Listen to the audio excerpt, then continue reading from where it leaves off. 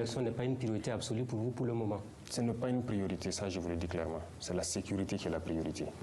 Interrogé à la télévision nationale vendredi soir, le chef de la junte burkinabé est catégorique.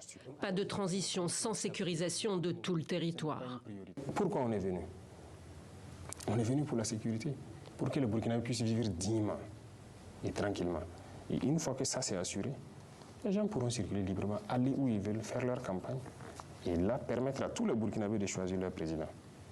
Les Burkinabés ne se rendront donc pas aux urnes en juillet 2024, date évoquée par les médias.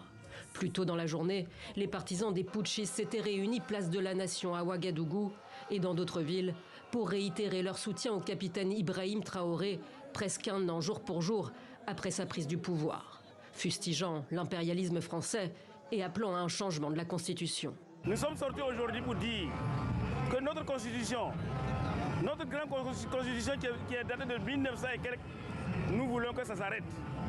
Et ça doit s'arrêter maintenant. Un vœu bientôt exaucé.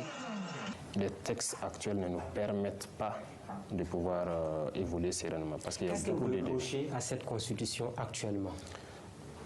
De toute façon, ce que je vous dis dans les jours à venir, la modification partielle, vous allez voir ce que ça concerne et on va toucher à un volet. Interrogé sur la tentative de coup d'État dévoilée mercredi, Ibrahim Traoré évoque des individus manipulés et affirme qu'il n'y avait pas de malaise dans l'armée. Quant à la lutte contre le terrorisme djihadiste que les nouveaux tenants du pouvoir ne parviennent pas à endiguer, le président de transition mise sur le recrutement massif de supplétifs civils de l'armée.